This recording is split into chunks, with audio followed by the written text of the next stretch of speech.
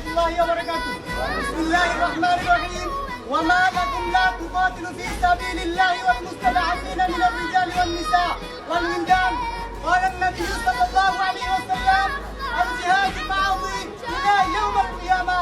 সম্মানিত তাওহীদের ছাত্র জনতা ভাইরা, আমরা দেখতেছি সারা বিশ্বব্যাপী, বিশেষ করে ফিলিস্তিনে আমার তাওহীদি মুসলমান ভাইদের উপর আমেরিকার বদলে ইহুদি ইসরায়েলরা নিকৃষ্টভাবে হত্যাকাণ্ড চালাচ্ছে।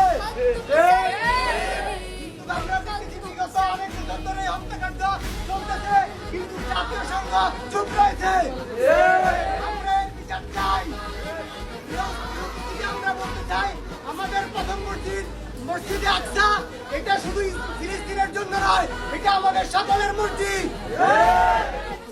এই মসজিদ রক্ষা করা শুধু ফিলিস্তিনের দায়িত্ব নয়, এটা সারা বাংলার মুসলমান, সারা পৃথিবীর মুসলমানদের দায়িত্ব।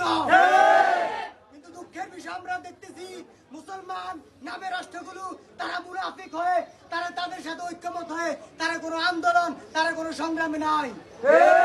প্রিয় উপস্থিতি, আমরা বলতে চাই, যদি কোনোদিন সুযোগ আছে ফিলিস্তিনে গিয়ে তাদের সাথে যুদ্ধ করার জন্য, তাদের পক্ষে যুদ্ধ করার জন্য, বাংলাদেশের তরুণ ভাইরা তখন যুদ্ধে ঝাঁপিয়ে পড়বে ইনশাআল্লাহ।